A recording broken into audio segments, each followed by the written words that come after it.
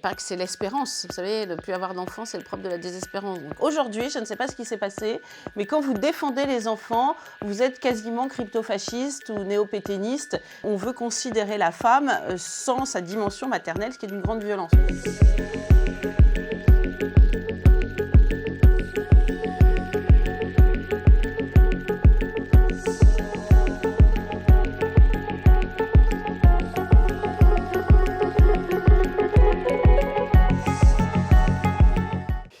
Gabriel Cluzel, bonjour. Nos abonnés, nos téléspectateurs, nos auditeurs vous connaissent très bien aujourd'hui, ainsi que les fidèles de CNews, dont vous êtes devenu un des visages phares chaque soir chez notre amie Christine Kelly, que l'on salue. Mais pour ceux qui vivraient encore dans une grotte, je rappelle que vous êtes journaliste, chroniqueuse, directrice de la rédaction de Boulevard Voltaire, que l'on salue. Vous avez écrit plusieurs essais, dont Enracinés, nous sommes tous des héritiers, ou encore Méfiez-vous de la France bien élevée. Et après près de 5 ans d'absence en librairie, vous revenez très fort avec Yes Kids, disponible aux éditions Fayard, un véritable réquisitoire pour la maternité, la famille, mais surtout les mères de famille nombreuses dont vous êtes. Alors, en bref, vos adversaires vous qualifieraient allègrement de conservatrice réactionnaire, là où finalement vous êtes au fond une femme plutôt moderne qui arrive à jongler entre organisation familiale, plusieurs enfants et plusieurs responsabilités professionnelles. Alors d'abord, bravo. Je voudrais introduire ce grand entretien avec une citation de Victor Hugo qui écrivait « Une femme qu'on aime est toute une famille ». Gabriel Cluzel, vous qui dédiez ce livre à votre mari Frédéric, est-ce que finalement on ne pourrait pas se suffire à deux? Est-ce que l'autre suffit à incarner toute une famille, comme le souligne Victor Hugo? Écoutez, moi j'ai toujours pensé que quand, mais c'est mon avis, je comprends qu'il ne soit pas partagé, que quand on aimait quelqu'un, il n'y avait rien de plus beau que de faire un enfant avec lui.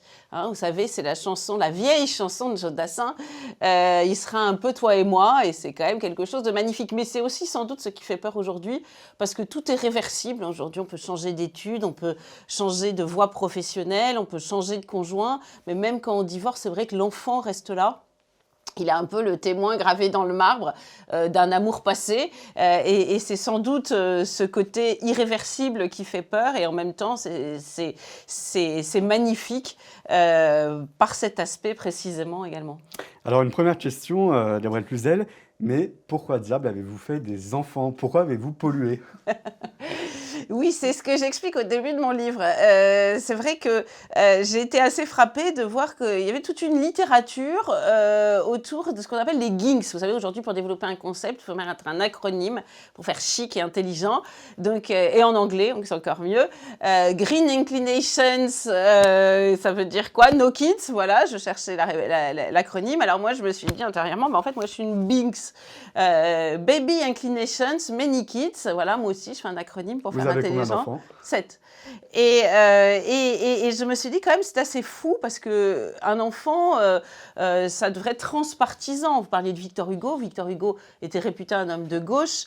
Il avait écrit les plus belles pages sur l'enfance. Et vous savez, cette fameuse citation que j'aime beaucoup et que je cite souvent, qu'une de mes sœurs aînées m'avait glissée dans un livre quand j'étais petite, qu'elle m'avait offert à Noël. C'était « Seigneur, préservez-moi, préservez ce que j'aime, frères, parents, amis et ennemis, même dans le mal triomphant. De jamais voir, Seigneur, la cage sans oiseaux, la ruche sans abeilles, le jardin sans fleurs vermeilles et la maison sans enfants. » Vous voyez? Et bien Victor Hugo, il aimait les enfants. Vous savez que c'est la compagne, je ne sais pas si j'étais mariée, de Maurice Thorez qui avait traité le malthusianisme de mouvement néo-réactionnaire. Donc il y a vraiment eu une époque où l'enfant n'était pas réputé être une valeur de droite. Puis alors aujourd'hui, je ne sais pas ce qui s'est passé, mais quand vous défendez les enfants, vous êtes quasiment crypto-fasciste ou néo-pétainiste. Et on l'a vu du reste au moment de la réforme des retraites, puisque la mère a été complètement absente. On veut considérer la femme sans sa dimension maternelle, ce qui est d'une grande violence finalement. Alors on sent dès le début du livre que vous êtes en colère, Gabriel Cluzel, vous êtes en colère parce qu'on vous explique que vous avez pollué, qui plus est, avec 7 enfants, c'est 7 polluants en fait. Non mais ça c'est complètement fou. D'ailleurs je remarque que ceux qui en sont les promoteurs de cette thèse, c'est presque une foi, une religion j'allais dire. Oui c'est une religion parce que finalement, il faut protéger Gaïa. Hein, je peux développer sur le sujet. Gaïa, c'est comme une divinité antique. Vous savez, c'est la terre, Gaïa. Donc aujourd'hui, l'écologie, c'est plus l'environnement, parce que la défense de l'environnement, c'est fait pour environner. Donc ça veut dire qu'il y a un centre et ce centre, c'est l'homme. Là, c'est simplement pour sauver Gaïa. Mais je ne sais pas à quoi sert Gaïa s'il n'y a plus personne dessus. Et c'est comme les déesses antiques, finalement, on leur offre en sacrifice des enfants, vous savez, pour calmer leur colère, on leur offrait des enfants. Et bien là, les femmes sont sommées d'offrir leur désir maternel, leur potentialité maternelle. Et j'entends beaucoup de jeunes filles dire j'aurai pas d'enfants parce que je ne veux pas polluer. Et c'est très frappant, c'est même un changement très fort du camp progressiste, parce que vous savez, autrefois, le progrès, c'était le progrès scientifique. On se disait, c'est l'homme, c'est tout le 19e et le 20e, c'est l'homme qui va trouver les ressources en lui-même, les ressources technologiques, les ressources scientifiques pour, résoudre tel ou tel problème, améliorer le confort de vie. Et aujourd'hui, le progrès, c'est plus du tout ça. D'ailleurs, le progrès façon Emmanuel Macron, c'est du progrès sociétal, c'est pas du progrès social. C'est quand même assez rigolo de voir Emmanuel Macron dire qu'Elon Musk est réactionnaire et que lui est progressiste, parce que, pardon, qui envoie des fusées dans la Lune, pas dans la Lune encore, dans l'espace. Donc c'est vrai que tout cela est paradoxal et aujourd'hui, le progrès n'est plus conçu comme quelque chose qui sera porté par l'homme. Vous savez, par exemple, le conte le Petit Poucet. Vous vous souvenez de ce conte? Le Petit Poucet, c'est 7 enfants qui sont lâchés dans la campagne, dans les bois, par leurs enfants qui ne peuvent plus les nourrir. Et vous savez ce qui se passe à la fin? Donc ça, c'est un peu ce que vantent nos progressistes. Il ne faut pas faire d'enfants parce que la planète ne supportera pas. C'est que le petit dernier, le surnuméraire, celui qui a provoqué finalement, par ce côté surnuméraire, le lâcher dans les bois, eh bien, il ramène tous ses frères et sœurs à la maison et il trouve le moyen pour ses parents de s'enrichir. Et le progrès, c'est ça, c'est d'imaginer que statistiquement, plus il y aura d'enfants, plus il y aura de cerveaux, plus il y aura la capacité de résoudre des problèmes. Les problèmes qui nous apparaissent aujourd'hui seront peut-être résolus demain. Donc, si vous voulez fantasmer avec nihilisme sur une Gaïa qui devrait être vide, c'est complètement fou. Et je disais que c'était une religion, il y en a certains qui sont croyants mais non pratiquants. Je pense à Sandrine Rousseau. Elle est la première à prôner la dénatalité. Elle a 3 enfants, et ce qui est merveilleux, je ne sais pas reproche. Dans la presse, elle raconte que c'est sa plus belle victoire, ou que ça l'a aidé à tenir. Je ne sais plus exactement ces mots, mais c'est l'idée. Et pourquoi ne souhaite-t-elle pas la même joie aux autres? C'est quand même fou. Et c'est assez terrifiant. Et par ailleurs, il ne faut pas oublier que derrière tout cela, il y a quand même une dimension civilisationnelle. C'est-à-dire que quand vous voyez un Yves Cochet, qui a écrit un bouquin d'ailleurs, qui est quand même quelqu'un de sérieux, qui est un ancien député EELV, il a écrit un bouquin avec Sandrine Rousseau, jadis, et il explique qu'il ne faut pas qu'on ait d'enfants, mais ça nous permettra d'accueillir les enfants des autres, vous voyez, les immigrants, parce qu'il explique que ces enfants-là, alors moi je ne comprends pas très bien, seraient moins polluants que les autres. Vous voyez, donc, vous voyez la démarche. C'est-à-dire que tous les hommes sont polluants, mais les Occidentaux seraient encore plus polluants que les autres. Donc on voit bien qu'il y a une idée de cancel culture derrière aussi, parce que... vous pouvez abattre les statues, brûler les bouquins, détruire les monuments. Ce que vous ne pouvez pas détruire, c'est ce que vous ont transmis vos parents, ce que vous avez de vivant au fond du cœur. Voyez, vos mœurs, votre façon de vivre, votre foi, vos traditions, votre roman familial, qui est une petite part du roman national. Donc finalement, c'est en détruisant les hommes qu'in fine, on détruit une civilisation. Alors j'allais vous demander, mais vous l'avez un petit peu expliqué, ce qu'était ce mouvement No Kids que vous décrivez dès le début de ce livre. Mais concrètement, comment s'implante-t-il dans la société? Comment se diffuse-t-il? Est-ce que, par exemple, lorsque nos confrères du Parisien font une de leur hebdomadaire en expliquant qu'un enfant va vous coûter 250 000 €, est-ce que c'est ça, le mouvement No Kids? En fait, ça y participe. Alors, le mouvement No Kids, il est symbolisé par un bouquin qui a été écrit par une femme qui s'appelle Corinne Mayer, elle aussi croyante mais pas pratiquante, elle a des enfants, et qui a écrit un livre sur les 40 raisons décision de ne pas avoir d'enfants. Alors, il date déjà de 2007. On a le temps, vous pouvez les énumérer. Alors, je ne les ai pas prises par cœur. Vous avez écrit les 40 raisons d'avoir des enfants, en fait. C'est un peu ça, exactement. Et donc, elle a été élue femme la plus influente de l'année 2016 par la BBC, un grand journal américain. Elle l'a élue aussi héroïne de la contre-culture. C'est quand même une vaste blague parce qu'il n'y a rien de plus consensuel que de prôner la dénatalité.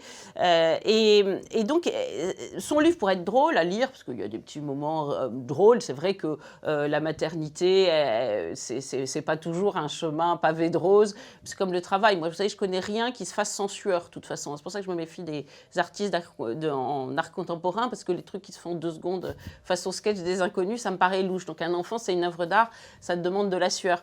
Mais donc, elle s'amuse de ça, et pourquoi pas, les humoristes le font aussi. Mais en fait, c'est pas un livre humoristique, c'est vraiment un livre idéologique. Et l'arnaque, c'est qu'elle vous décrit une mère débordée quand son enfant a 18 mois. Bah, évidemment, c'est un âge où l'enfant est spécialement prenant, mais déjà, beaucoup de femmes ont envie de s'en occuper, c'est pas un défaut. Et puis, avec le père, ils sont 2. Et puis, évidemment, l'enfant ne reste pas à 18 mois, ad vitam aeternam. Je cite souvent un exemple, elle dit qu'avec un enfant, c'est le dîner de con. Bah oui, c'est vrai que quand il a 2 ans, on déjeune un peu entre la banane écrasée et le petit Suisse. Mais je vous assure que quand il a 20 ans, il n'y a plus de dîner de con, ou alors le con, c'est vous, ou même 15 ans d'ailleurs, parce que pour s'approprier ce que vous lui avez dit, il commence par le digérer dans la petite enfance, puis après, à l'adolescence, il le déconstruit pour le reconstruire. Je ne sais pas si vous voyez un peu le processus d'éducation. Donc là, il vous bombarde de questions en essayant de voir vos contradictions. Donc, je peux vous dire que c'est pire qu'un plateau de CNews, hein, qu'une interview sur Frontières. Donc tout cela est évidemment faux, mais tout le monde a marché dans la combine. Il faut dire que les initiatrices ont été des féministes très réputées, qui sont toujours portées au pinacle. Hein. Vous savez, les féministes, elles ont une particularité, c'est qu'elles sont très branchées cancel culture. Elles veulent bien détruire les idoles des autres, mais les leurs propres, elles n'y touchent pas. Donc Simone de Beauvoir, je lisais un livre d'une fille qui l'a beaucoup fréquentée et qui disait, elle et Sartre avaient une répugnance viscérale pour les enfants. Viscérale, je dis le mot. Hein. Donc on est parti sur un féministe qui détestait la maternité, qui la considérait comme une excroissance encombrante dont la femme devait se débarrasser pour aller plus haut et plus vite. Et de ce fait, on n'est jamais revenu là-dessus. Ce qui explique aujourd'hui ce mouvement. Alors, vous parlez de cet article du Parisien, qui évidemment participe à cette maternophobie d'atmosphère. L'argument écologique, on en a parlé tout à l'heure. Il y a l'argument économique, c'est celui-là. Alors, j'ai découvert que j'aurais pu avoir 7 maisons. Voilà. Moi, je ne sais pas ce que mon copain d'études qui est resté célibataire fait de ses 7 maisons vides. Du coup, il les arpente tout seul. Bon, c'est un côté grotesque de faire cette comparaison-là. Ils disent que finalement, chaque enfant jusqu'à 25 ans vous coûte une maison. Et puis, il y a l'argument psychologique. Et ça, c'est très fort. Je crois que c'est TF1 et LCI qui ont sorti un reportage sur le regret d'enfant. Vous imaginez? Donc, ils vous expliquent qu'il y a des femmes qui regrettent d'avoir eu leur enfant. On est dans un pays qui interdit la fessée. Pas de violent, il faut faire attention que les professeurs ne mettent pas des notes trop désagréables parce que ça vexe tout le monde. Mais il y a des mères qui expliquent à leurs enfants qu'elles regrettent de l'avoir eu. Mais c'est quoi cette folie? Et en réalité, moi, je n'en connais pas. Je connais des mères qui pleurent sur un enfant qu'elles ont perdu ou qu'elles n'ont pas eu, mais des mères qui pleurent des années après d'avoir eu un enfant, même si au moment où elles l'ont eu, elles ont pu être inquiètes, angoissées, stressées. J'en connais pas. Il faut rétablir cette vérité qui est une vérité de bon sens. Le malaire, c'est un enfant en moins, c'est pas un enfant en plus. Alors, vous commencez dans ce livre en racontant avec une rage folle qui vous a saisi lorsque l'un de vos enfants aurait été mis en danger par les microbes que portait le bébé d'une de vos amies, de vos anciennes amies. On comprend, racontez-nous. Non, mais c'est vrai que la maternité, c'est une exacerbation de sentiments. Vous aimez beaucoup. Vous vous inquiétez beaucoup. Moi, je me souviens que le jour où je suis sortie de la maternité, vous savez, quand vous êtes au moment où vous accouchez, vous êtes entouré par un aéropage de personnes tout à fait qualifiées qui vous aident à vous occuper de votre bébé. Quand je suis sortie avec mon mari, je me suis dit, mais ils sont fous de me laisser un bébé. Jamais je ne saurais m'en occuper. Donc, c'est vrai qu'il y a une grande inquiétude. Moi, dès que j'entends une ambulance, je me dis que c'est forcément un de mes enfants qui est dedans, qui a dû se faire renverser à vélo. Vous voyez, c'est aussi beaucoup de culpabilité. Vous dites, ça doit être ma faute. Moi, moi, je pense souvent, c'est ma relecture de la Bible, on parle de la culpabilité d'Ève, c'est pas tant une histoire de pomme que de ne pas avoir su réconcilier Caïn et Abel, parce que des enfants qui se disputent, c'est terrible pour une mère. Et donc, je parle aussi de l'exacerbation, de la colère et de la haine, mais qui participe de l'instinct maternel, hein, comme dans les femelles du règne animal. Vous savez, on est dans une époque antispéciste, on dit que l'homme est une espèce comme les autres, mais on reconnaît l'instinct des femelles pour les autres espèces, mais pas pour le nôtre. Et c'est vrai que quand quelqu'un met en danger votre enfant, vous pourriez être capable de l'étriper. Et donc, je lui ai pardonné, depuis on est restés amis, hein, mais je me souviens de cet ami qui est venu... qui a mis d'une certaine façon, en toussant dessus, enfin c'était son enfant hein, qui toussait dessus, en danger mon propre bébé, et je me suis dit que j'aurais pu la tuer à main nue. Mais je ne l'ai pas fait, hein, attention.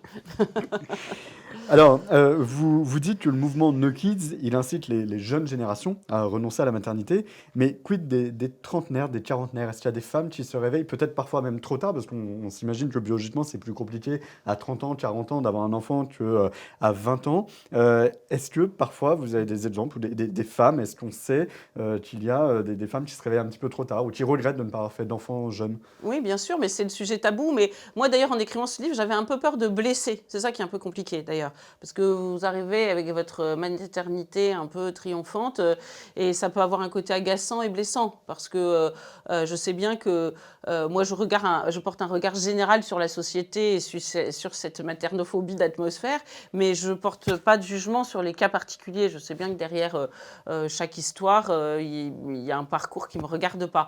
Et j'avais peur pour mes amis qui n'ont pas d'enfants, qui n'ont pas eu d'enfants. Mais l'une d'elles m'a un peu déculpabilisée, si j'ose dire, en me disant, tu sais, vas-y, parce que le slogan « Mon corps, mon choix », c'est de la blague. Moi, j'ai commencé par vivre avec quelqu'un qui avait déjà des enfants d'un premier mariage et qui n'en voulait pas. Et donc, j'en ai pas eu. Et puis, quand je me suis séparée de lui, et quand j'ai voulu en avoir, eh bien, je ne pouvais plus en avoir. Donc, en réalité, son parcours, ça a été mon corps, son choix, celui de son compagnon, puis mon corps, non choix, puisque elle n'avait plus le choix. Donc, on voit que tout le narratif féministe est extrêmement manichéen, manipulateur et trompeur. Moi, j'ai été très frappée, ça a été un des éléments déclenchants d'ailleurs de ce livre, par le témoignage sur un média de gauche de cette jeune fille qui s'appelle Artoise, qui disait à 23 ans, j'ai procédé à une ligature des trompes.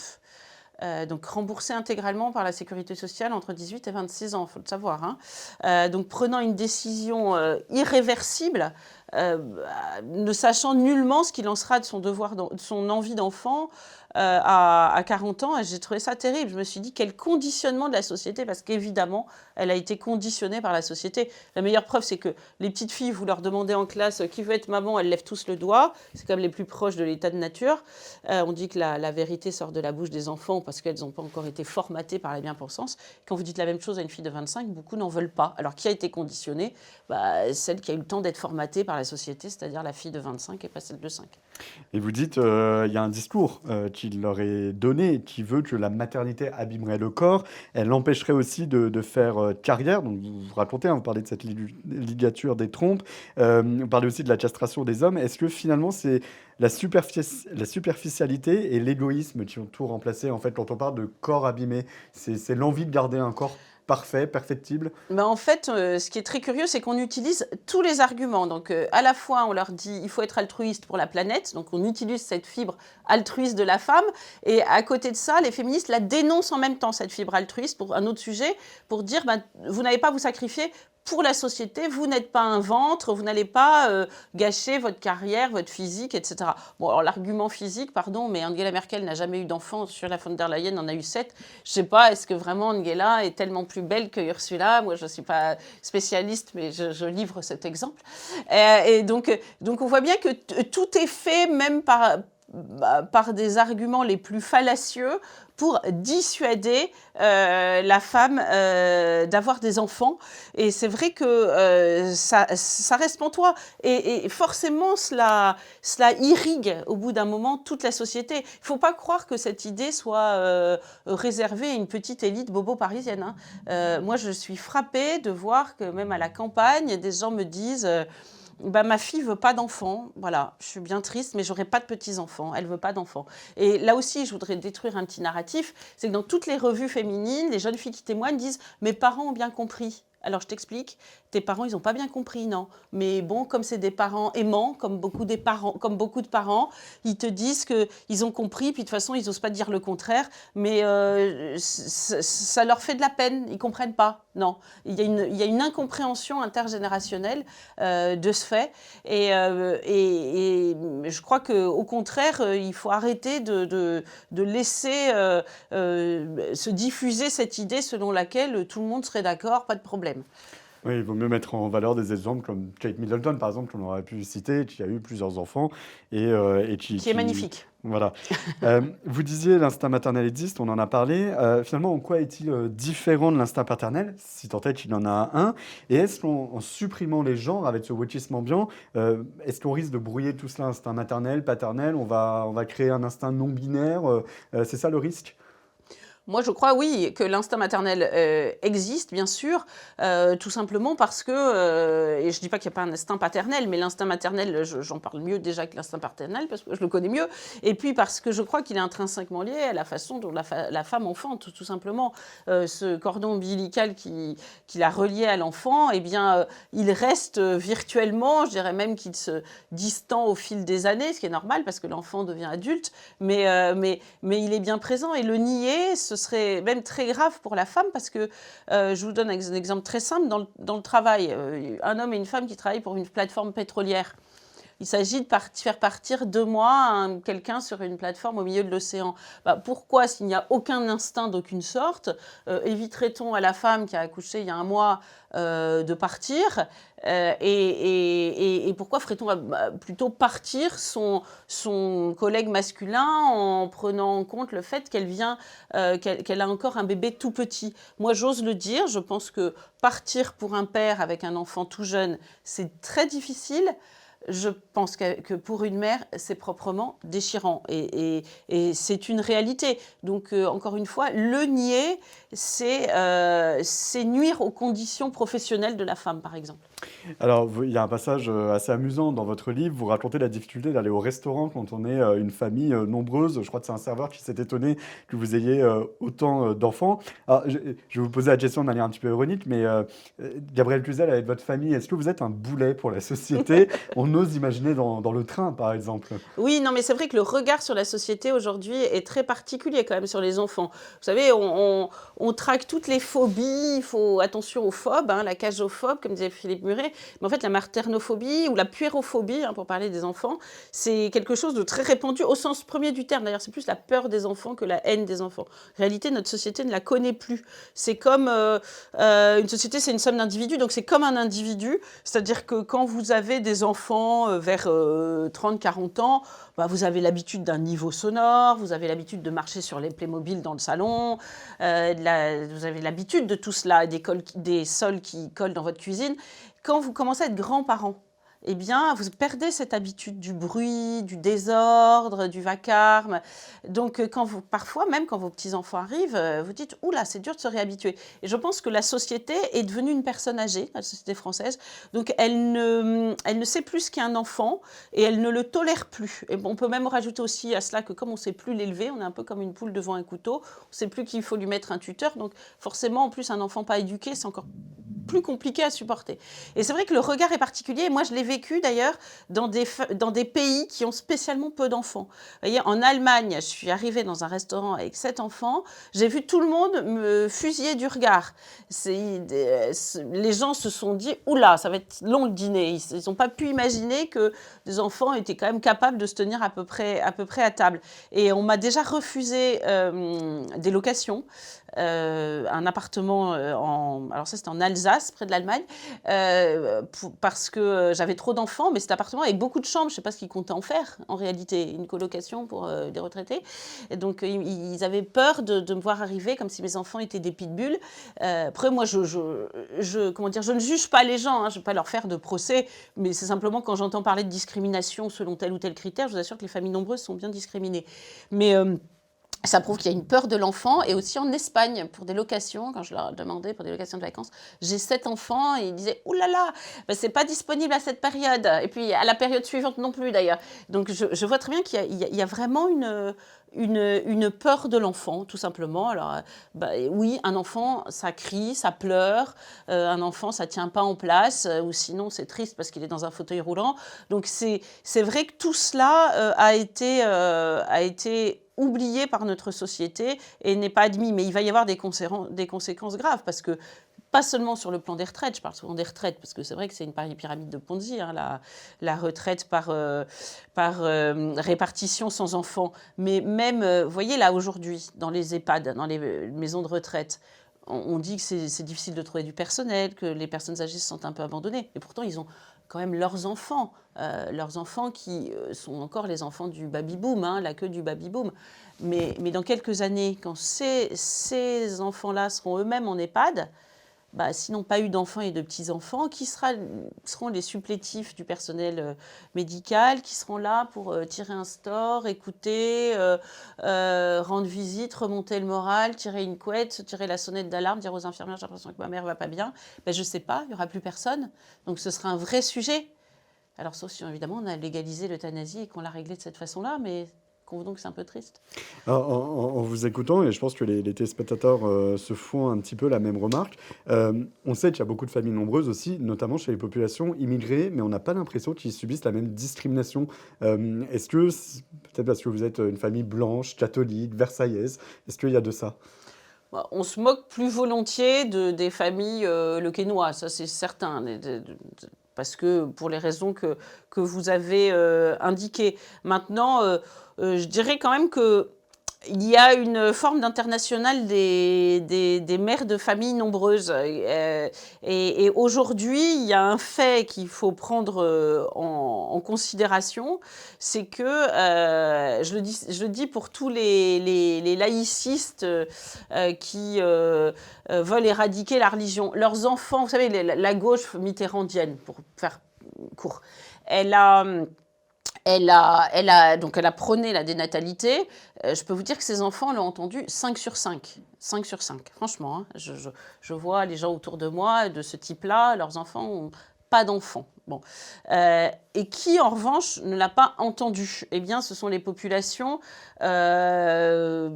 religieuses. Alors effectivement, il y a les populations que vous citez, et c'est vrai qu'il y a une raison du grand remplacement que l'on peut trouver là-dedans, mais pas seulement. Vous savez, en Israël, par exemple, ils ont été obligés de lever l'exemption sur le service militaire pour les juifs orthodoxes parce qu'ils avaient eu beaucoup plus d'enfants que les autres. Donc si vous voulez, à un moment, je cite cet exemple parce que ça remet en cause les équilibres démographiques. Eh bien, aujourd'hui, les catholiques, c'est vrai, ont beaucoup d'enfants. Les écoles hors contrat catholiques, un professeur d'histoire géo me disait en riant, dans la classe que j'ai fait un petit test, c'est le taux de natalité du Nigeria. Voilà. Donc, on l'a vu à la Marche pour la vie, on l'a vu au moment de la manif pour tous, les gens se sont dit, mais d'où ça sort tous ces enfants? Évidemment, quand vous aimez la vie, à un moment, ça se voit. Donc, il faut que cette gauche-là se rende compte que la démographie étant le destin, elle va se faire un jour dépasser. Et il n'y aura plus de familles nombreuses que la catégorie que vous avez citée, que les catholiques et les juifs orthodoxes. Alors, catégorie qui se fait souvent critiquer, d'ailleurs, il y a souvent un peu une pensée populaire, si je puis dire, qualifiée de raciste par la gauche, de dire parfois, il faut des enfants pour toucher plus d'aide sociale. Alors, je vais vous poser la question à vous, Gabrielle Cluzel, est-ce que vous avez fait tous ces enfants pour bénéficier de plus d'aide sociale? Bah, écoutez, ça aurait été quand même assez particulier parce que comme le démontrait le Parisien, je ne crois pas que les aides sociales aient suffi à m'enrichir. Non, évidemment, c'est pas du tout pour cela. Mais comment dire cela? C'est vrai qu'on entend, même à droite, beaucoup de critiques des familles nombreuses, précisément parce que les gens se disent, bah oui, mais s'il y a une politique familiale, mécaniquement, cela favorisera les familles allochtones puisqu'elles ont plus d'enfants que les Français de souche. Il faut voir qu'en Allemagne, par exemple, la natalité est soutenue par les familles d'immigrés. Mais moi, je crois que c'est vrai hein, que c'est un sujet parce que on peut se poser la question de savoir si ça ne va pas faciliter finalement l'immigration en donnant encore des avantages aux familles nombreuses. Et c'est pour ça que la politique de Viktor Orban ne peut pas être complètement calquée, enfin la politique française familiale ne peut pas être complètement calquée sur celle de Viktor Orban, parce que Viktor Orban est dans une société post-migratoire, alors que nous sommes dans une société pré-migratoire, pardon, alors que nous sommes, nous, dans une société post-migratoire. Mais néanmoins, il y a moult mesures qui peuvent favoriser les classes moyennes quand elles ont des enfants, notamment de la France périphérique, l'accession à la propriété. Vous voyez, ça favorise les classes moyennes, c'est important, des prêts favorables. Du reste, pour le coup, Viktor Orban en propose. Ça peut être l'impôt sur le revenu, des exemptions bien plus larges d'impôt sur le revenu. Ça peut être des mesures sur les retraites également pour permettre aux femmes qui ont sacrifié leur carrière d'avoir néanmoins une retraite tenant compte du fait que eh bien, leurs enfants cotisent pour les autres. Et tout cela, sur ces facteurs-là, sont en réalité un moyen de favoriser les classes moyennes de la France périphérique et pas nécessairement les derniers arrivants. Il y a une phrase intéressante dans votre livre, à un moment vous écrivez dissuader les jeunes filles de devenir mères est une maltraitance. Alors, je vais me grimer un instant, Jean-Yves de gauche, et vous poser la question à l'envers. Est-ce que les forcer à devenir mères est une forme de bienveillance? Est-ce qu'on n'y perd pas un peu de liberté? Et finalement, elles sont libres ou non de faire des Ah non, mais enfants. moi je veux forcer personne à avoir des enfants. C'est ce qu'on Non, pourrait j'ai comprendre. jamais dit que je voulais forcer les gens à avoir des enfants. Ce Est-ce que qu'on je risque veux pas de dire, tomber dans c'est ce que régime? Vous savez, il y a la diffusion en ce moment de la dernière saison de cette série, La Servante écarlate, dont on ouais, parle mais, souvent au la régime Servante américain. écarlate, justement, je trouve que quand il y a une autre lecture de la Servante écarlate, parce qu'en réalité, la Servante écarlate, c'est vraiment la GPA ou même ce que prône Yves Cochet en disant bah, faisons venir les enfants des étrangers, c'est-à-dire que c'est des femmes qui n'ont pas envie de porter les enfants elles-mêmes et qui utilisent donc des femmes pauvres pour enfanter à leur place. Donc la lecture des médias de gauche de cette série façon conservateur américain est un peu, comment dire, biaisée. Moi, je l'ai vue, cette série, et je l'ai comprise comme je vous le dis. Non, il ne s'agit bien sûr pas de forcer les gens à avoir des enfants, mais ce qui me paraît être une maltraitance, c'est de mal informer sur la maternité. C'est-à-dire de faire croire aux jeunes filles, comme un enfant du placard auquel on dirait bah, reste dans ton placard, va pas dans le jardin parce que c'est très dangereux dans le jardin, bah, on leur dit ne tente pas l'aventure maternelle parce que c'est épouvantable. Vous voyez, voilà ce que l'on dit aujourd'hui aux jeunes filles. Et alors que ça fait partie d'elle, la maternité. Et une femme, c'est de son cerveau à son utérus. Et ça ne devrait pas être exclusif l'un de l'autre. On ne devrait pas avoir à choisir de travailler et de ne pas avoir d'enfants ou l'inverse.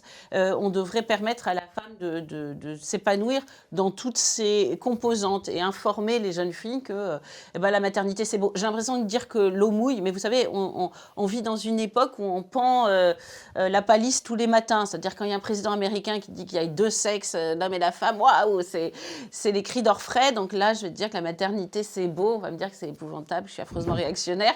Mais ça me paraît être une évidence, ça a été une évidence pour des générations. Eh bien, aujourd'hui, visiblement, ça ne l'est plus. Et je trouve ça terrible. Je peux vous citer un exemple que je trouve presque extrême, hein, parce que ce qui peut faire peur dans la maternité, parce que c'est vrai, c'est le risque, comme toutes les aventures, c'est le risque. C'est-à-dire qu'on risque d'avoir un enfant malade, c'est vrai, on peut avoir un enfant handicapé, c'est vrai, on risque de voir un enfant mourir. Je me souviens du père de Philippine, devant le cercueil de sa fille, qui disait normalement, ce discours, j'aurais dû le prononcer le jour de ton mariage, parce que c'est vrai que normalement, c'est les enfants qui enterrent les parents et pas l'inverse, mais la vie n'est pas toujours normale. Puis Et encore, les parents du petit Émile, on se souvient du père portant le cercueil de son enfant. exactement. Moi, ces jeunes parents, ils souffrent d'avoir perdu leur fils, c'est évident. Et pourtant, ils en ont eu d'autres, hein, preuve que ça ne les a pas dissuadés. Et donc, c'est vrai que c'est la mère douloureuse, c'est la Pietà, hein, c'est Mater Dolorosa. Mais ça existe, et quand on donne la vie, on donne la mort. Bon, mais c'est comme ça, puisque la vie a une finitude. Mais je vais vous donner deux exemples. Le premier, c'est quand je faisais un article sur l'armée qui, il y a quelques années, n'avait pas compris qu'elle devait précéder les réseaux sociaux pour annoncer les décès aux familles. Il faisait façon guerre de 14, il y avait le chef de corps qui arrivait en gants blancs et qui annonçait aux familles que leur fils était mort. Le problème, c'est que les copains l'avaient déjà mis sur les réseaux sociaux. Voilà. Donc, ils ont instauré une bulle de silence. Bon, depuis, l'armée a résolu ça. Mais j'avais été interroger une femme d'origine polonaise, si j'en crois son nom, dans un logement social, mère célibataire apparemment, qui avait perdu son fils. Et il y avait les photos partout sur les murs. Vous savez, les photos de classe. Vous savez, c'est bien peigné sur un fond trop bleu, mais elles sont belles ces photos. Quand on le voyait grandir, il était beau comme un dieu. Il avait les mêmes beaux yeux que sa maman. Et je m'avais traversé cette idée que si elle n'avait jamais eu son fils, elle n'aurait jamais souffert finalement. Et je n'aurais jamais osé poser la question. Et elle m'avait dit, je suis quand même contente d'avoir vécu ces 20 années avec lui. Voilà. C'est beau. Et vous savez, mon livre est sorti depuis quelques jours déjà. Et une dame m'a écrit en me disant, vous savez, ça m'a touché ce que vous racontez là, parce que moi, mon fils s'est suicidé avec un camarade à 15 ans. Et je me dis, ça reste quand même la plus belle rencontre que j'ai faite. J'étais contente de ces 15 ans avec mon fils. Voilà. C'est très beau ce que vous nous racontez. Parlons un instant des hommes, parce qu'on parle beaucoup des femmes, mais quid de la paternité? Est-ce que vous sentez aussi chez les hommes une baisse du désir d'enfant, ou est-ce que c'est quelque chose qui concerne uniquement les jeunes femmes, on le disait, entre 18 et 25 ans? Est-ce qu'il y a encore chez les hommes aussi cette envie de se reproduire, d'avoir des enfants? Je l'espère, mais c'est vrai que ce qui me frappe, c'est là aussi le narratif qui a été complètement biaisé sur le sujet, parce que on a l'air de dire que les pères, que le patriarcat voulait forcer les femmes à avoir des enfants qu'elles ne voulaient pas.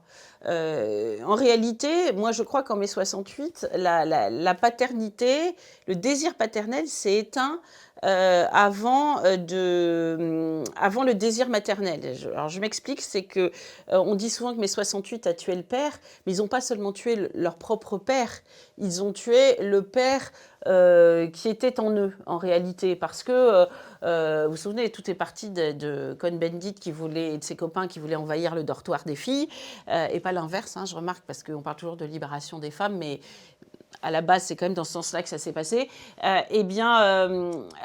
tous les moyens de contraception, etc., ont d'abord libéré l'homme, finalement. Vous voyez, ce n'est pas le patriarcat qu'on a libéré, c'est pas comment appeler ça, le règne du garçon, finalement, de l'éternel garçon qui pourrait se rencontrer avec l'éternelle fille. Et c'est vrai que ce désir de paternité a été éteint. On a tué le père qu'on avait et le père potentiel. Moi, je crois que la paternité, Dieu merci, ne s'est pas éteinte chez tous, mais je connais beaucoup de femmes qui, je vous le disais, qui n'ont pas le nombre d'enfants qu'elles voudraient parce que leur mari ne le veut pas. Et je dirais aussi que la mère fait le père. Moi, mon mari ne voulait pas nécessairement cet enfant. Et puis maintenant, il est très heureux et se dit, mais quel idiot j'aurais été de ne pas les avoir. Donc, vous voyez, c'est un peu le matriarcat. Il a été victime. Et donc, ce désir paternel, il est aussi éteint par le discours ambiant, parce qu'on leur dit vous serez plus libre sans enfant, et puis parce que peut-être qu'on leur fait peur aussi, hein, on leur dit si tu exiges ou tu as l'air d'exiger de ta compagne, ou tu sembles avoir un désir trop fort d'enfant et que tu le communiques à ta compagne, c'est peut-être une forme d'oppression masculine. Donc je crois qu'en réalité, là aussi, on pourrait écrire le pendant de ce livre du côté masculin. Et d'ailleurs, il y a un chapitre, je crois, que vous intitulez, en tout cas, vous écrivez «Les hommes sont encore gagnants». C'est-à-dire? Écoutez, non, parce qu'on a présenté, encore une fois, l'enfant comme comme comment dirais-je, une oppression pour la mère. Et si les féministes étaient honnêtes, elles considéraient que ce qui se passe aujourd'hui est peut-être la ruse ultime, en tout cas si je prends leur prime d'analyse, la ruse ultime du patriarcat. Par exemple, qu'on dise un homme enceint, ça vous paraît pas fou? Ça ressemble à la fable du corbeau et du renard, c'est-à-dire le renard, il dit au corbeau de lâcher sa maternité, qu'elle est la femme là, qu'elle a dans le bec, qui serait quelque chose de finalement encombrant, qu'elle s'en débarrasse, et lui, hop, il la récupère, et on parle aujourd'hui d'homme enceint. Mais je pense que dans aucune civilisation, même la plus oppressive pour la femme, on a quand même imaginé lui piquer, lui subtiliser, lui voler la maternité. C'est quand même son privilège à elle, quoi. Vous pouvez tout lui enlever, mais la mère, c'était elle. Eh bien, là, ça a été fait grâce à l'aide de ces féministes qui prétendent lutter contre le patriarcat. Et puis, vous savez, le père aussi, ça demande des sacrifices d'avoir un enfant que parfois il ne veut pas. Pourquoi il y a un refus d'enfant? Quand vous êtes avec une jeune fille, alors c'est ce que j'essaie là aussi d'expliquer en termes imagés, une jeune fille, une jeune femme libre, avec lesquelles vous passez des week-ends fantastiques, c'est vrai que l'arrivée d'un enfant, ça bouscule tout ça. Et les premiers mois, un enfant qui pleure la nuit, c'est sûr que votre femme, elle est moins focalisée sur vous, votre compagne, que sur votre bébé. Il y a un moment, il faut partager. Donc finalement,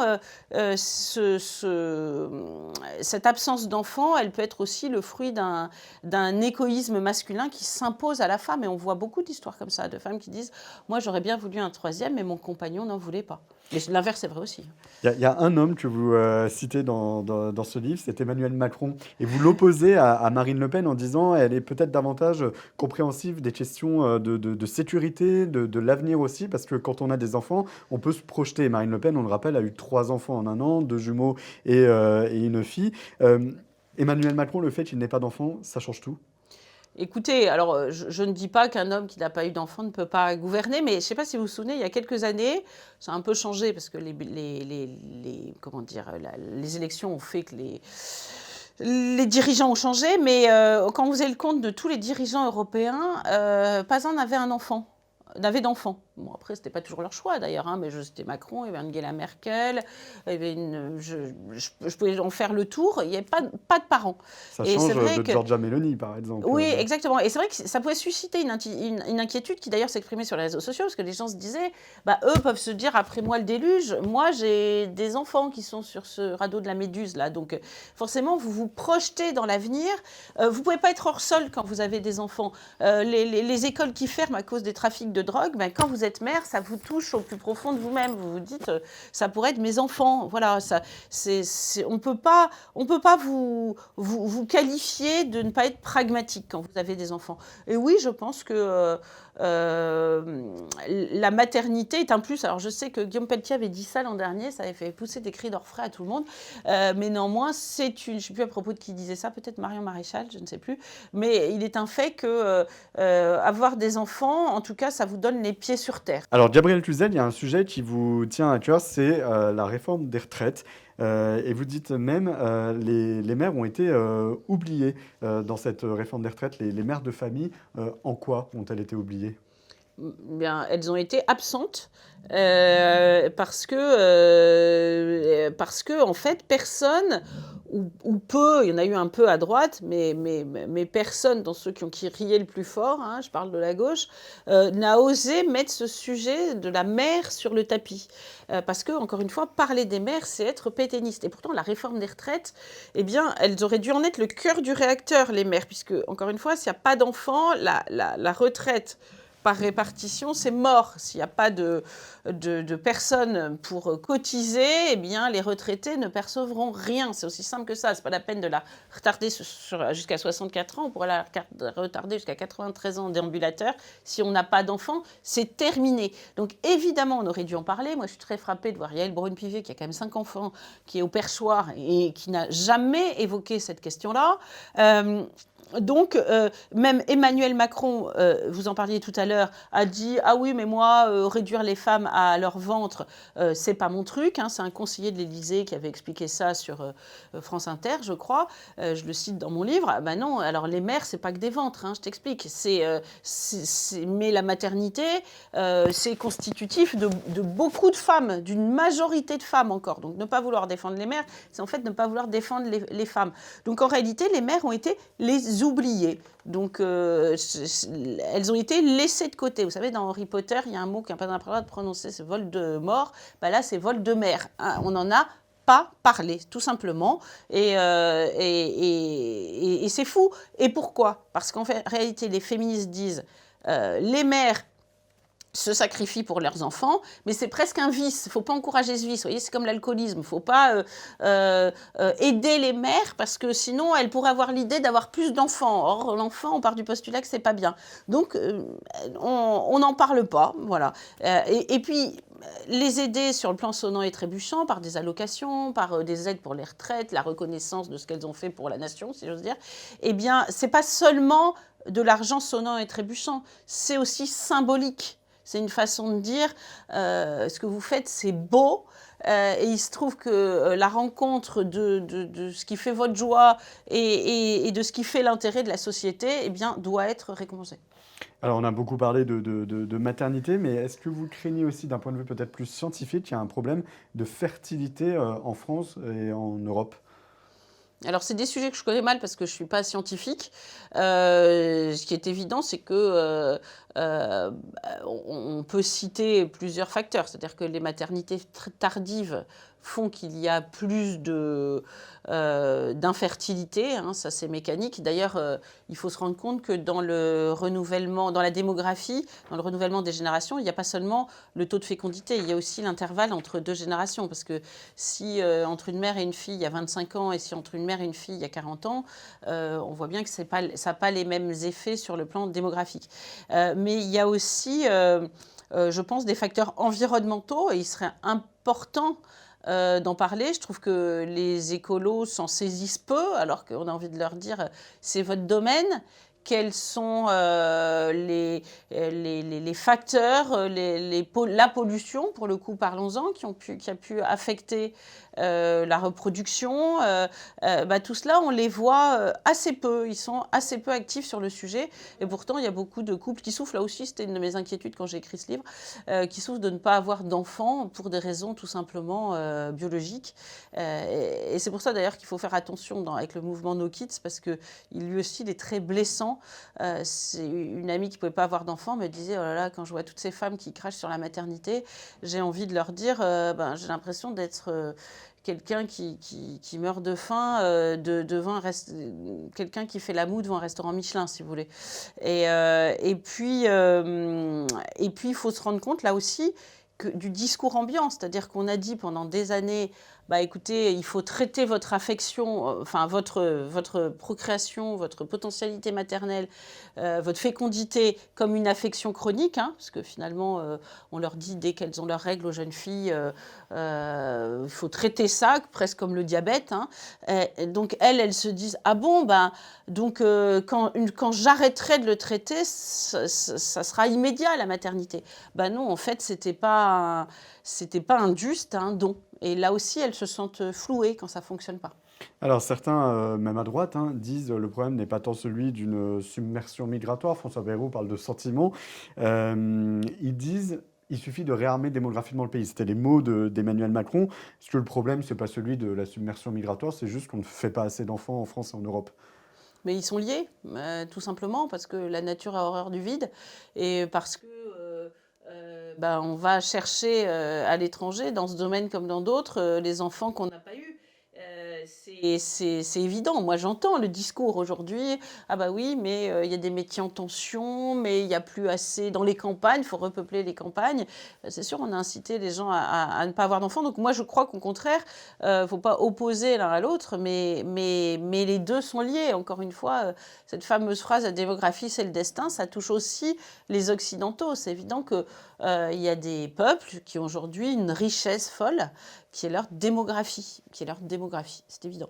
Je voulais tourner votre page et le christianisme, puisque demain, c'est lundi de Pâques, mais peut-être une toute dernière question qui concerne votre livre, parce que j'imagine le téléspectateur woke ou le téléspectateur de gauche aimerait sans doute vous poser cette question, je vais vous la poser. Gabriel Cluzel, demain, un de vos enfants vous dit, je veux avoir des bloqueurs de puberté, je veux changer de genre. Comment vous réagissez? Ils me diront pas. Comment vous pouvez en être aussi sûr? Parce que, parce que je crois que ces réactions-là sont le propre d'enfants qui ont été élevés dans une société où a été semée la confusion, en réalité. Vous voyez, je suis très triste d'ailleurs. Moi, je pense que j'ai eu la chance de bénéficier autour de moi d'aides éducatives, d'écoles hors contrat, de scoutisme, de familles amies, de familles nombreuses autour de moi qui ont fait que mes enfants ont été épargnés par ce lavage de cerveau. Voilà, donc je vous le dis, c'est peut-être très présomptueux, mais je le crois, ça n'arrivera pas. Demain, nous fêtons Pâques, Gabriel Cluzel, on est en plein week-end de Pâques. Qu'est-ce que vous évoque cette période? Eh bien, écoutez, Pâques, c'est l'espérance. Vous savez, ne plus avoir d'enfants, c'est le propre de la désespérance. Donc, on reste en lien avec notre sujet. C'est la plus belle fête pour les chrétiens, puisque c'est celle de la résurrection. Ce qui est intéressant, c'est de voir qu'aujourd'hui, c'est pour ça qu'il n'y a pas de fatalité, hein, même en matière de démographie, qu'il y a beaucoup de baptêmes. Beaucoup de baptêmes sont prévus cette nuit de Pâques, pendant la vigile pascale. Et évidemment, c'est un peu inattendu. Hein, c'est la divine surprise. Alors moi, j'y vois plusieurs raisons. Alors, ce qui est très frappant, et je l'ai lu dans le magazine Famille chrétienne, c'est que cela touche des milieux très populaires. Vous savez, on disait jusqu'à présent que la jeunesse catholique était très marquée sur le plan sociologique, c'est-à-dire c'était de la bourgeoisie, l'aristocratie, c'était les familles qui avaient une habitus, pour reprendre Pierre Bourdieu, de transmission, donc ils avaient transmis leur religion, leur patrimoine spirituel, comme ils transmettent leur patrimoine immobilier, qui vivent dans un milieu urbain où ils connaissent les bonnes écoles, les bonnes façons d'échapper à la crise de l'Église. Et c'est vrai qu'on a tendance à se dire que dans les églises, à part ces familles-là, un peu Cyrillus ou le Quesnoy, on voit surtout des têtes grises. Eh bien, tout ça est en train de changer. Et je trouve ça intéressant, à la faveur notamment des réseaux sociaux, qui permettent d'avoir des influenceurs cathos qui reviennent avec une pratique religieuse plus traditionnelle. Je voyais là un prêtre de la Trinité qui expliquait ce qu'on devait faire quand on entrait dans une église, le bénitier, la génuflexion, etc. Donc je me dis, mais c'est vrai, au fond, personne ne le sait. Même dans des familles très chrétiennes, il faut savoir que la moitié de ces baptisés sont issus de familles de culture chrétienne, mais qui a tout abandonné. Voilà. Et la poussée de l'islam, ça c'est évident. Il y a un réflexe identitaire fort. On se dit, eux, ils ont une identité. Qui suis-je, moi? Ça, c'est sûr. La concomitance entre le carême et le ramadan a montré que le mercredi des Cendres, par exemple, avait été très fréquenté. Ce qui est un peu surprenant, parce que le mercredi des Cendres, ce n'est pas l'office le plus drôle de l'année, on ne va pas se mentir, parce qu'on vous rappelle que vous allez mourir, on vous fait une petite croix pour vous dire que vous allez revenir à l'état de poussière. Et la prêtre disait, autrefois, les gens effaçaient cette croix, maintenant ils restent avec cette croix, hein, comme le conseiller de Trump, Marc Rubio, qui a fait une interview sur Fox News avec cette croix.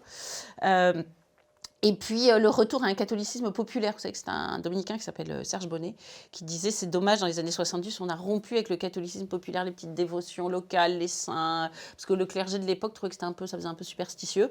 C'est comme ça qu'on a poussé de la sortie les classes populaires qui reviennent avec toutes les dévotions.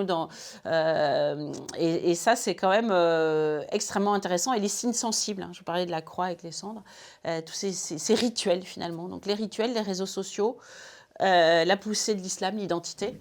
Et puis moi, je crois qu'il y a des... Mais bon, ça n'engage que moi, hein, c'est parce que, voilà, je crois qu'il y a des couvents entiers qui prient depuis des années pour que la France se convertisse et qu'elle revienne à ses racines chrétiennes. Je me dis, voilà, ça fonctionne. Donc pour vous, malgré toutes ces églises qui brûlent, ces images effroyables qu'on voit partout en France, le christianisme a encore une chance en France, en Occident? Bien sûr, vous vous souvenez pas de la phrase de Tertullien, je ne sais plus quelle phrase, la façon exacte dont il l'avait dite, mais le sang des martyrs irrigue le christianisme, le fait surgir. Ces églises qui brûlent, ces prêtres qui ont été assassinés, ça a un sens. Allez, 3 questions personnelles pour conclure ce long entretien. Gabriel Cluzel, est-ce que vous avez visité Notre-Dame depuis sa Non. réouverture? Qu'est-ce que vous avez pensé de... Vous avez pu voir ces images quand même. Je crois qu'il y a certaines choses esthétiquement qui vous avaient déplu. Ah oui. Non, il y a eu des très belles choses, il ne faut pas être négatif. J'étais frappée de voir tous ces artisans qui avaient retrouvé le savoir-faire et qui avaient même mis, c'est magnifique quand même, la science au service de ces savoir-faire immémoriaux. Pour moi, c'est ça, la tradition bien compris, c'est refaire avec les moyens d'aujourd'hui des recettes d'autrefois. Ça, c'est vraiment fantastique. J'ai été très amusée de voir que Elon Musk et Donald Trump, qui sont difficiles à impressionner, hein, ont été ultra impressionnés par Notre-Dame. Hein. J'ai envie de leur dire, vous aussi, on va revenir aux fusées. Vous envoyez des fusées, mais nous, on est des bâtisseurs de cathédrales. Maintenant, je trouve le mobilier liturgique très laid. Je ne veux pas vous mentir. Franchement, je me dis, mais pourquoi pas le voir refait à l'identique comme le reste, hein, c'est une vraie interrogation, cette perte du beau dans le mobilier liturgique qui ne se constate pas qu'à Notre-Dame. Je n'ai pas bien compris. Et puis, les ornements liturgiques que j'ai trouvés très laids également. Et je n'ai pas compris ce choix non plus, mais ce n'est pas la première fois que je constate un mauvais goût patent, que je ne m'explique pas là non plus. Donc, je vais vous dire ce que je n'ai pas compris, c'est qu'il y a aujourd'hui des brodeuses. Vous voyez, de la même façon qu'il y a des tailleurs de pierre, qu'il y a des sculpteurs, qu'il y a des peintres. Enfin, on aurait pu faire travailler des dentelières. Parce qu'on me dit, ah oui, mais on ne pouvait pas prendre des chasubles de retrouver dans les sacristies, parce que vous comprenez, ils devaient qu'on célébrait, il fallait qu'ils soient tous pareils. Mais faisons travailler les dentelières, faisons travailler tous ces artisans qui auraient été tellement heureux, comme les tailleurs de pierre, de faire cela. Et pareil avec le mobilier liturgique, on a pris des designers, mais je pense à tous ces petites églises fermées qui ont des trésors architecturaux, des trésors de mobilier qui ne sont pas utilisés. Ils auraient été tellement honorés d'aller à Notre-Dame. Voilà. Alors, vous allez comprendre ma question suivante. Est-ce que vous prévoyez d'enfiler vos baskets et de marcher 130 km là bientôt? J'irai les voir. Je ne sais pas si je ferai les 130 km. Je vois à quoi vous faites allusion. Pèlerinage de Chartres. Je pense que j'ai dû faire mon premier pèlerinage de Chartres à 13 ans et demi. Donc, ces 130 km, je les ai fait plus d'une fois, mais là, je ne suis pas sûre que j'aurai encore le courage de les faire. Je suis très admirative de ceux qui le font. Alors, la dernière question, c'est la plus dure. Quel est votre meilleur souvenir avec vos enfants? Ah, c'est difficile, hein. Alors, je vais vous dire, c'est un souvenir que je peux reproduire à l'infini, donc ça, c'est pratique. Le moment que je préfère avec mes enfants, c'est quand ils sont tous réunis, et c'est très modeste, hein, et qu'on se retrouve, nous nous retrouvons dans un restaurant, que je ne vais pas nommer, qui fait des moules et des frites, qui est dans toutes les zones commerciales. Et là, j'ai l'impression qu'on arrive en force. Et peut-être que tout le monde s'en fiche, mais j'ai l'impression que tout le monde nous regarde. Et le serveur, sans doute pour être gentil, il n'y pense plus du tout la minute d'après. Il me dit, ou il nous dit à mon mari et à moi, c'est à vous tous ces enfants? Et alors là, je me rengorge, je suis absolument ridicule et je dis oui. Voilà, et là, le roi n'est pas mon cousin. Et vous dites Yes Kids, c'est le Yes, nom kids. de votre nouvel essai, donc aux éditions Fayard. Merci beaucoup, Gabriel Cluzel. La colère d'une mère face au nouveau diktat de la famille. Je rappelle que vous êtes journaliste, directrice de rédaction de Boulevard Voltaire, tous les soirs sur CNews, chez notre amie Christine Kelly. Et donc, vous venez de publier ce livre aux éditions Fayard. Merci beaucoup à vous et vive les enfants. Merci à Frontières, merci Jordan et joyeuse Pâques.